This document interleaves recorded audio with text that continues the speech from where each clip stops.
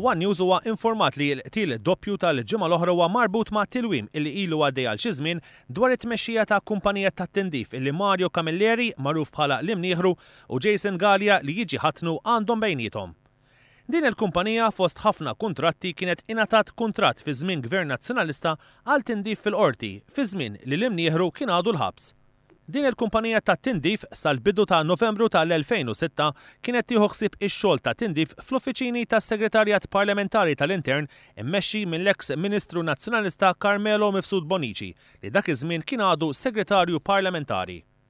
Id-dettalji tal-kuntratt ta' tindif li kien ingħata lill-kumpanija tal-Imnieħru kienu rriżultaw minn tweġiba parlamentari li ta' l-eks Ministru Tonio Borg.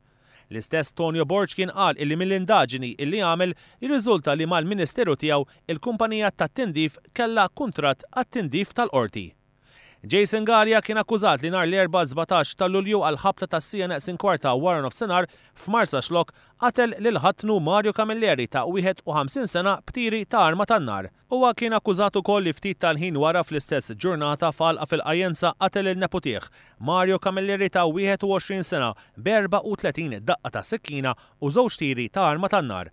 Galea kien wieġeb li mhux ħati tal-akkużi iżda saret talba minn għandu sabiex il-qorti tieħu in konsiderazzjoni tal-kumpanija tat-tindif li huwa id-direttur tagħha u li tippjega mal-100 persuna.